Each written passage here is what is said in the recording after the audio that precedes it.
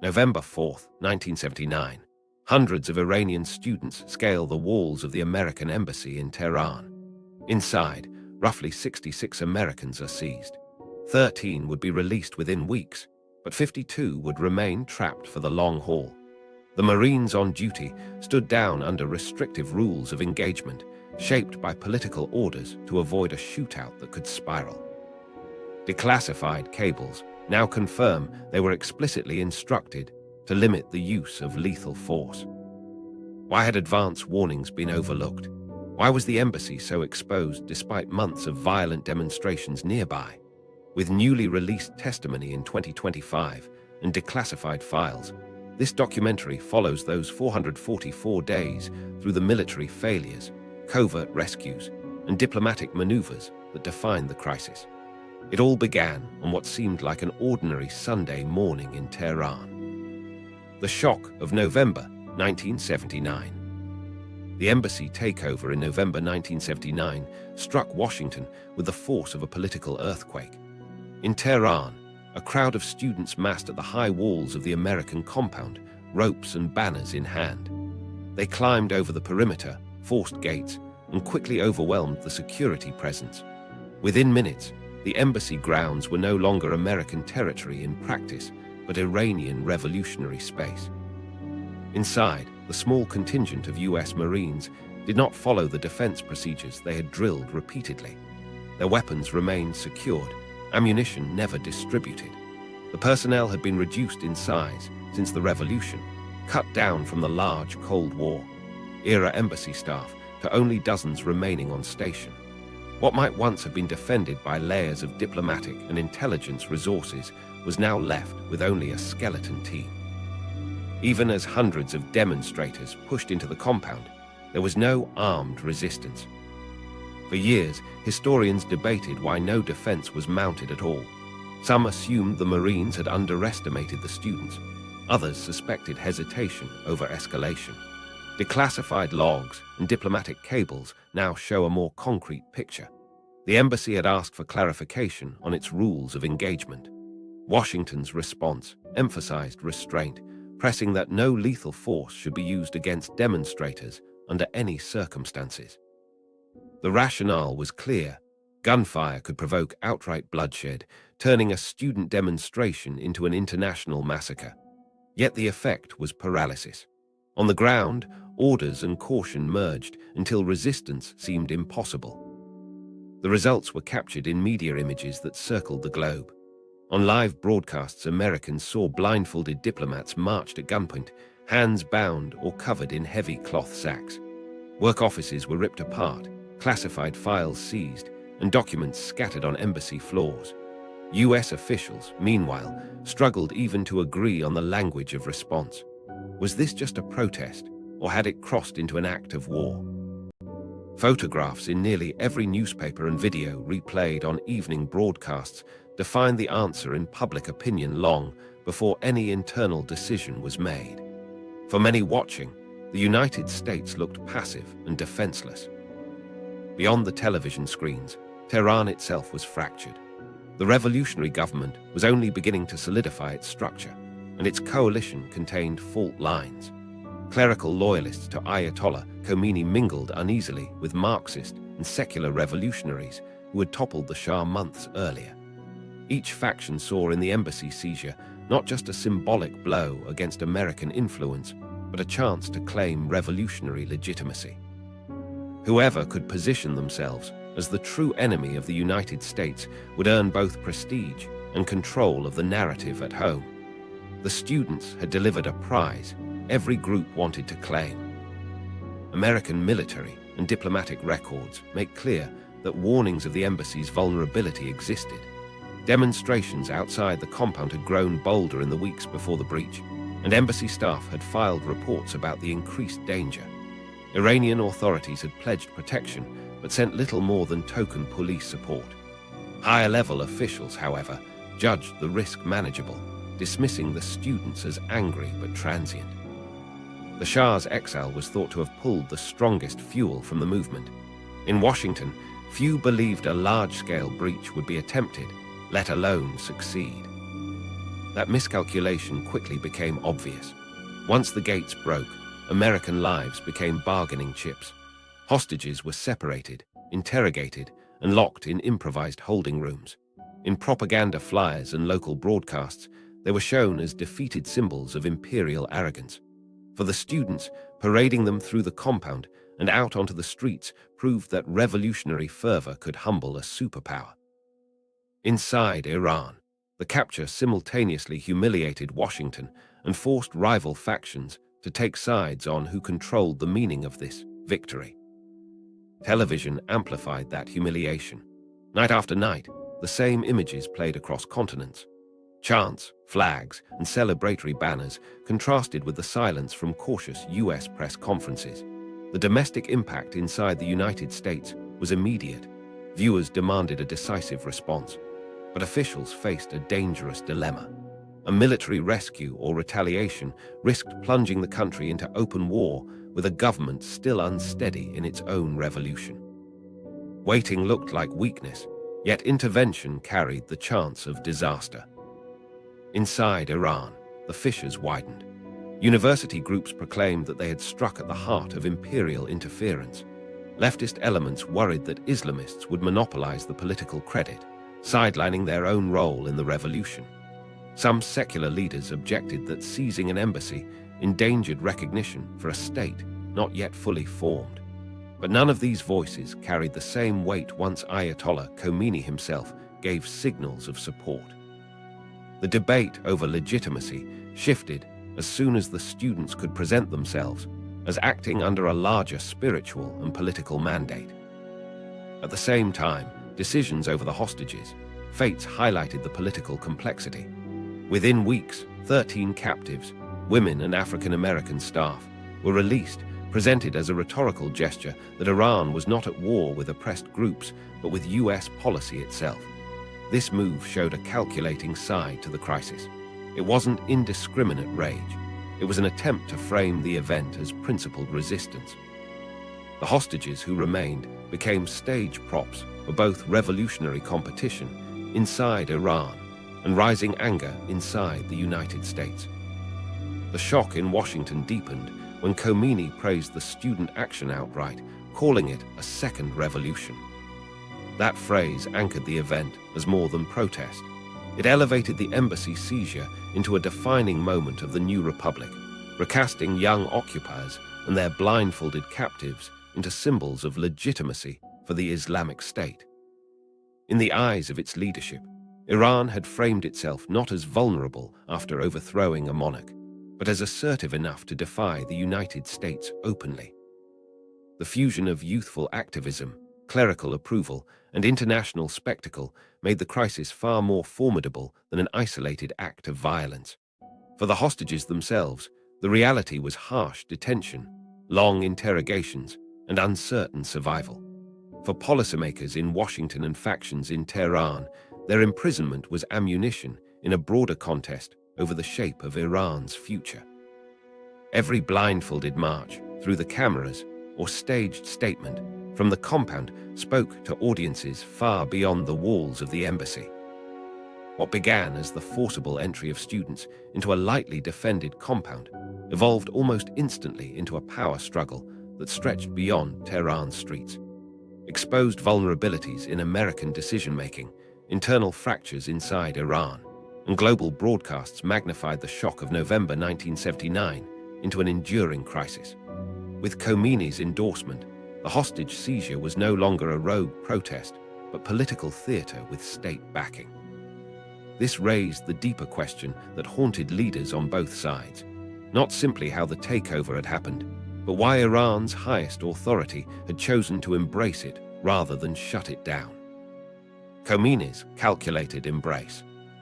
Ayatollah Khomeini's rapid public endorsement of the embassy seizure was not simply rhetoric against America.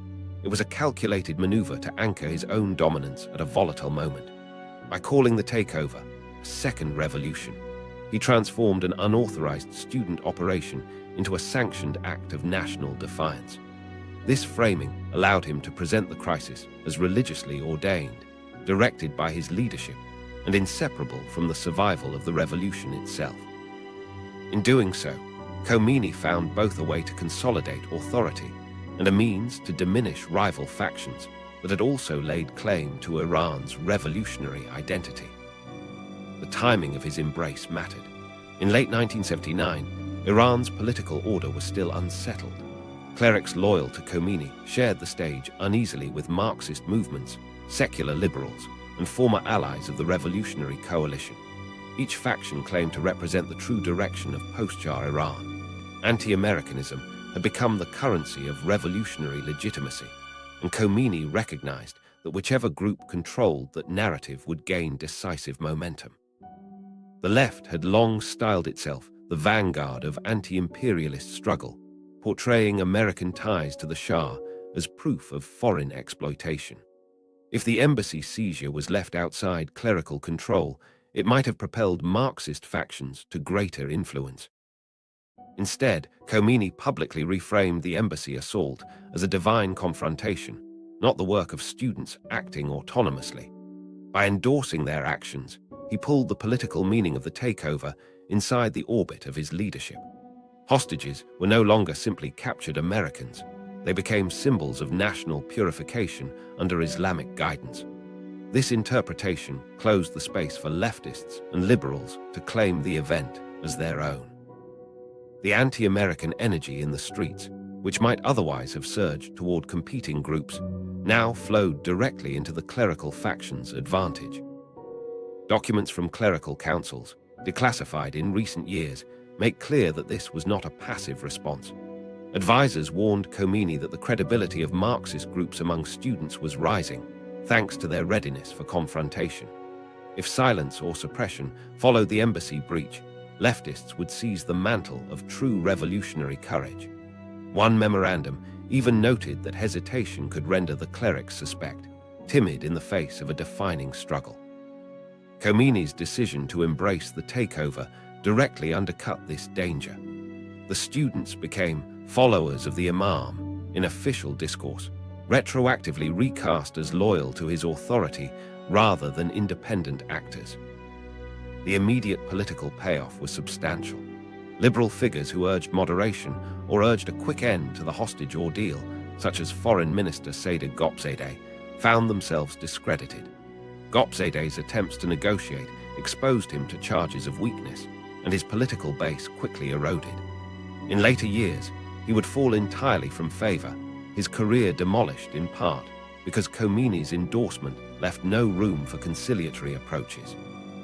At the same time, Marxist groups who had built influence on uncompromising opposition to the US found their language co-opted by the clerical establishment, stripping them of momentum. From that point, power began to consolidate around Khomeini's interpretation of the revolution. The institutions that sprang up in 1979 and 1980, the revolutionary courts, the committees enforcing order, the emerging constitutional framework, were all drawn into a trajectory defined by clerical authority. Debate inside the revolutionary coalition narrowed as Islamist dominance deepened. What had started as a movement made up of diverse political blocs was forcibly molded into a theocratic system, its legitimacy grounded in opposition to America. The embassy seizure became both proof and catalyst of this transformation. Meanwhile, outside Iran, observers in Washington and European capitals often misunderstood what had happened. To many policymakers, the takeover looked like mob violence later co-opted by clerics, or perhaps an irrational display of revolutionary fervor. Yet in Tehran, the endorsement was anything but irrational. It was a demonstration of control. Khomeini showed his rivals that he could harness outrage against the United States and convert it into political capital. He demonstrated to his supporters that America could be humiliated without reprisal, and he sent a signal to would-be challengers. There was no authority in Iran higher than his word once he claimed the symbolism of defiance. This fluidity in power posed an enormous challenge to US diplomacy.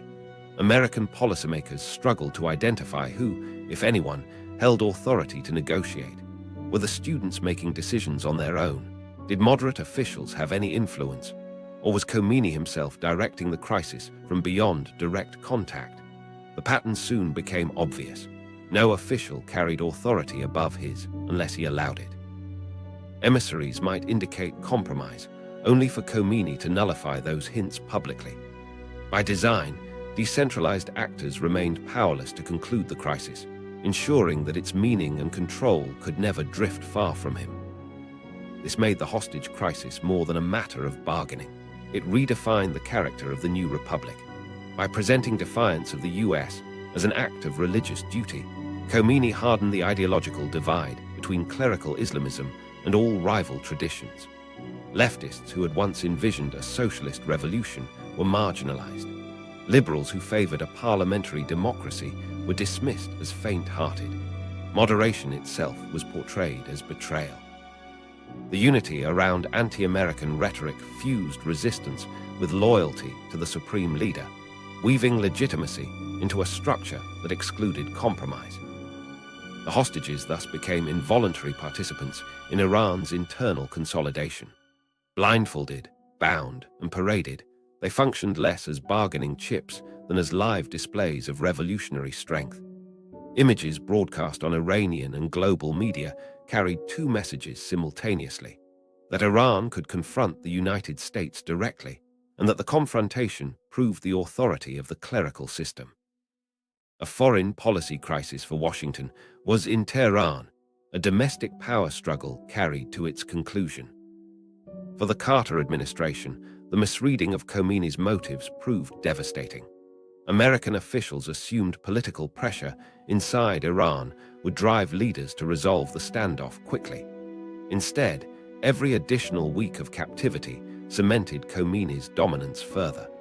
The hostages became proof of a new order rather than tools for negotiation. The possibility of an early settlement diminished sharply once it became clear that prolonging the crisis was itself part of consolidating authority. What looked like intransigence was strategic entrenchment. Diplomatic channels proved ineffective under these conditions. Messages back and forth were consumed by delays and contradictions, frequently undermined by Khomeini overriding interlocutors at the critical moment. Negotiation required recognition of a shared framework for compromise, but he demonstrated repeatedly that the very existence of the crisis was the victory. In this environment, traditional state-to-state diplomacy drifted toward futility. Late 1979 and early 1980, American intelligence assessments began to reflect this reality. Reports circulating within Washington recognized that Iran's leadership had little incentive to end the crisis on terms that could be defined as compromise. The situation forced US officials into a re-evaluation. Could negotiation alone resolve a conflict that was doubling as an ideological pillar of the new Iranian state? It was a question without a reassuring answer.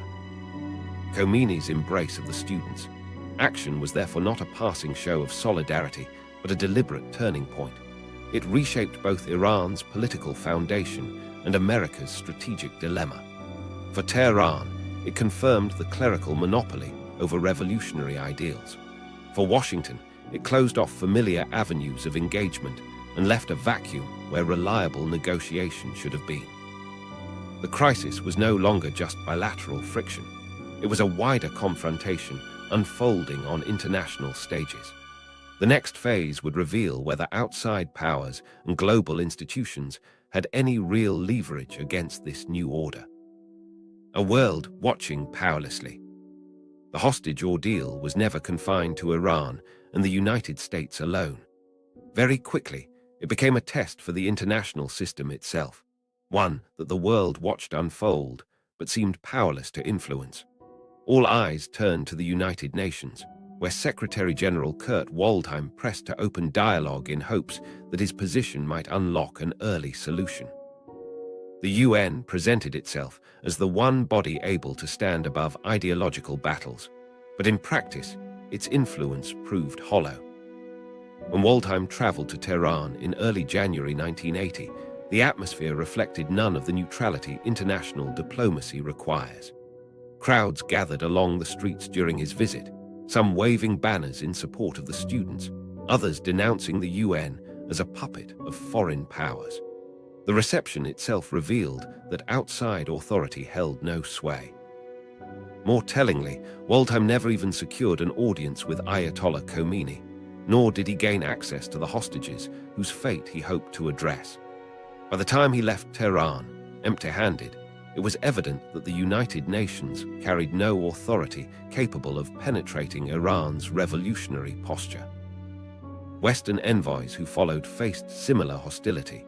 Reports at the time described scenes of intimidation, from jeering outside gatherings to heavily controlled meetings where intermediaries had little power to negotiate. The message from Tehran was consistent. No external power, including the most prominent international body, could dictate the course of the crisis. The diplomatic machinery designed to preserve stability was sidelined by a revolutionary leadership that gained stature precisely through its defiance of such institutions. Global audiences, these failures carried an unmistakable sting.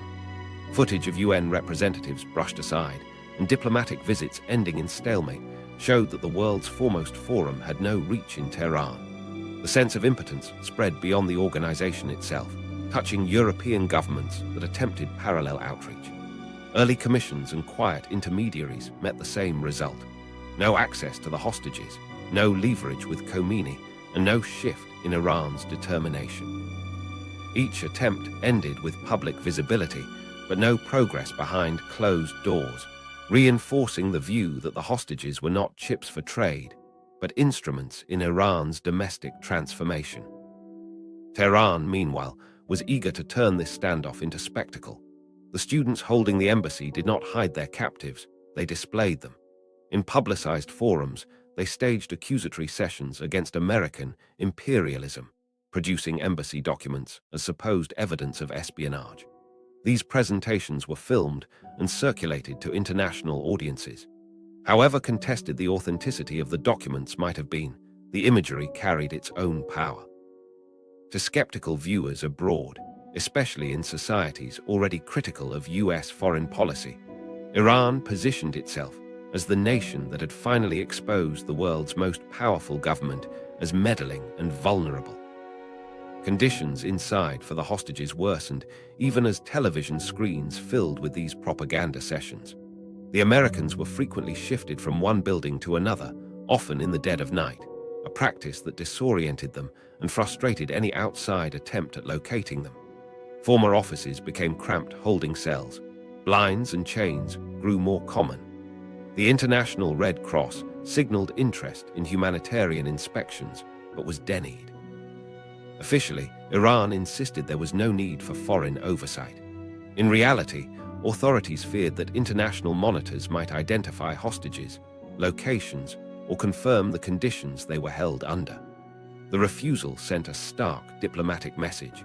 International organizations could knock on the door, but inside Iran, only revolutionary committees dictated the rules. This vacuum left other states quietly weighing a role. Algeria stands out in hindsight, though in the early months of 1980 it remained on the periphery.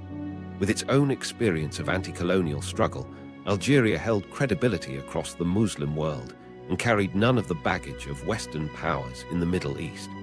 Some allies of the US floated its possible involvement as an intermediary. Yet at this stage, Iran rebuffed formal outside mediation, preferring the image of open defiance to back-channel compromise. Algeria's broader importance would come later, but in the immediate months following Waldheim's fruitless trip, the world remained on the outside looking in. For Washington, this accumulation of failures carried real consequences. The Carter administration had hoped international mechanisms could shoulder some of the burden. If the UN could not gain ground, if European states offered little traction, and if humanitarian institutions were sidelined, then traditional diplomacy was reduced to shadows. Indirect envoys, secretive messages, and uncertain intermediaries. But those measures risked leaks, embarrassment, and above all the appearance that America was begging for concessions. Each new collapse drained US credibility while extending Iran's propaganda advantage.